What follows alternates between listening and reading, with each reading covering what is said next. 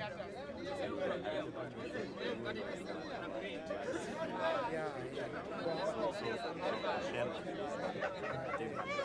you for running the count.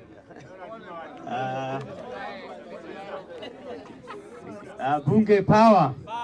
Bunge power. Again, my name is Kira Mishael. Mheshimiwa Speaker, thanks for the opportunity and the time. I've come here, nimesikiliza vizuri kabisa, nimesikia tunazungumzia mambo ya CDF. Na nafikiri hata kuanzia asubuhi pia bunge zingine tumekuwa tukizungumzia hiyo. So I think I will also give my take on the same. And I'm glad we are beginning to have a conversation around this. I've been the longest person talking about this in many of our forums. The reason I've been talking about it is because when we look at where we have come from as a people, we had a constitution from the famous Lancaster Constitution, but which over the decades was thoroughly mutilated to the extent that it was not serving anybody or anybody in this country.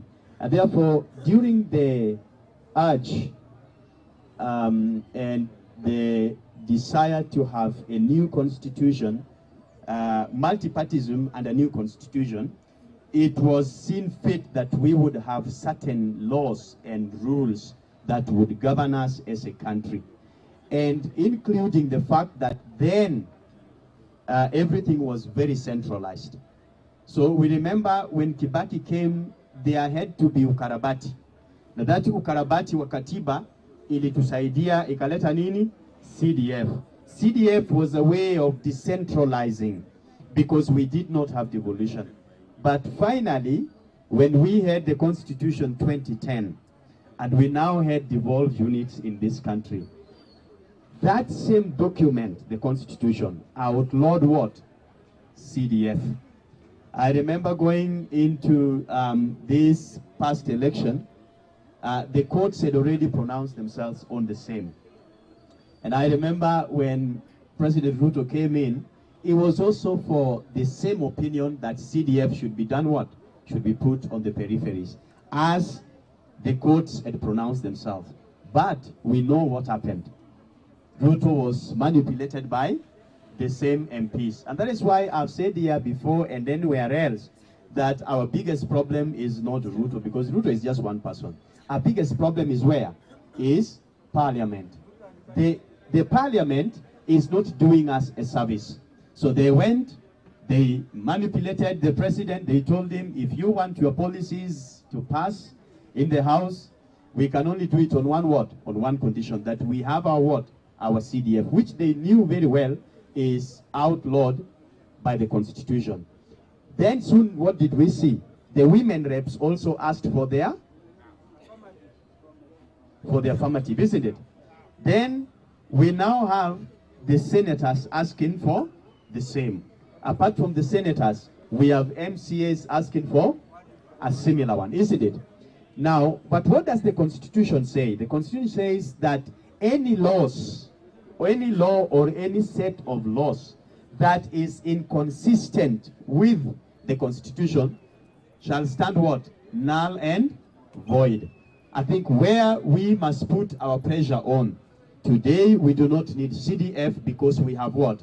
Governors. We need to have the two houses of Parliament, and the two houses of Parliament especially, to be left with the responsibility of legislative. Why do I say so?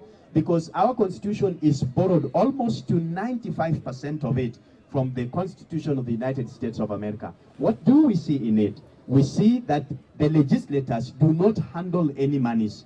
I've said this before, I will repeat it. Let the Constitution, let us demand that we go for a referendum and make it clear that the only monies that our MPs or our legislators should come into contact with should only be their salaries and allowances. Let the monies like the CDF fund be devolved and be taken to the governors. But let laws be made in a way that once those laws have been made, then if the governors embezzles any of these funds, then laws should be taken seriously and they should be penalized for the same. I dare say this, fellow Kenyans, like I've said before, I believe, I'm a strong believer, that in this country we should also look at other countries that have been before us and that have managed corruption, because corruption is so much embedded in our system. One of the ways of doing it is to have punitive laws that make sure that they serve as deterrent measures for others while they punish the ones that are not okay, just give me a minute, Honorable Nganga, just a minute. Such that when we look at this, let us borrow some leaf from, like, for instance, China. What do China do? If you are found corrupt, what do? They hang you, isn't it?